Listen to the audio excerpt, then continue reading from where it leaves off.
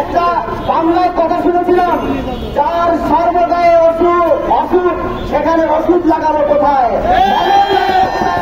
এই সরকারের সব জায়গায় অসুখ হয়ে গেছে, তাকে কোথাও কাজ হবে না।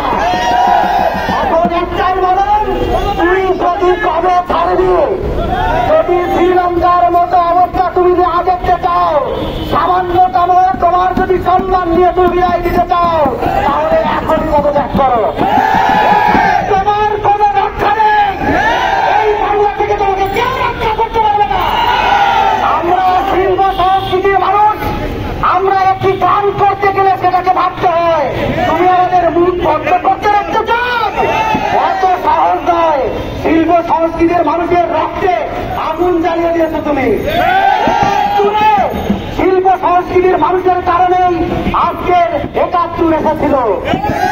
৭১ আমরা স্বাধীনতা পেয়েছিলাম, কিন্তু মুক্তি পাইনি। মুক্তির জন্য আমাদের আরেকটি স্বাধীনতা দরকার। তুমি প্রত্যেকটা প্রশাসনকে, র্যাব, পুলিশ, বিজিবি, সেনাবাহিনীকে হাতে রেখে আমাদেরকে প্রশাসনের তুমি আমাদের বিচার করতে চাও? এত সবাই শুনে আসছি, আমার বাপের রক্তের বদলা। তুমি আর কত এই দৃষ্টি গাইবে? এই দৃষ্টি আর কতদিন?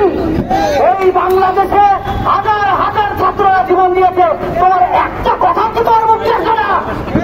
এত বড় সাহস তোমার কোথায় থেকে আসলো? তোমার বাংলা ছাত্র হবে একটাই দাবি আমাদের, আর কোন নয় দাবি নয়।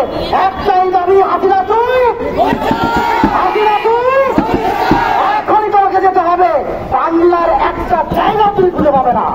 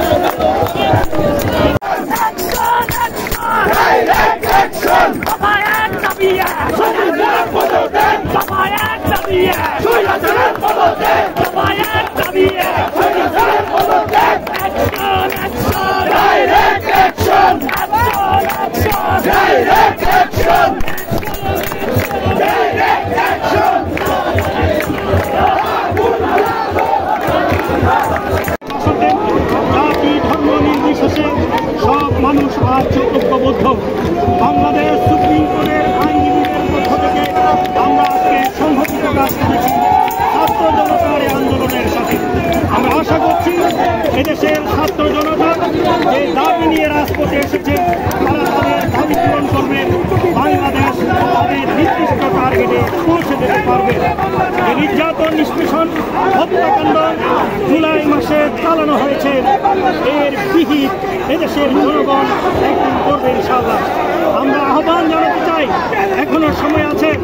মাননীয় প্রধানমন্ত্রী এবং আপনার মন্ত্রী পরিষদের সদস্যদেরকে শীঘ্রই পদত্যাগ করতে হবে। প্রেসিডেন্টের দায়িত্ব রয়েছে, যদি এর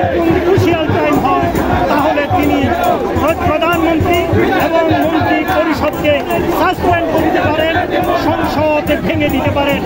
আইনগতভাবে সংসদ ভেঙে দেওয়ার এখনই উপযুক্ত সময়। আমি বাংলাদেশের জনগণকে ছাত্র জনতা আন্দোলনে একাত্মতা ঘোষণা করার তথ্য আহ্বান জানাচ্ছি।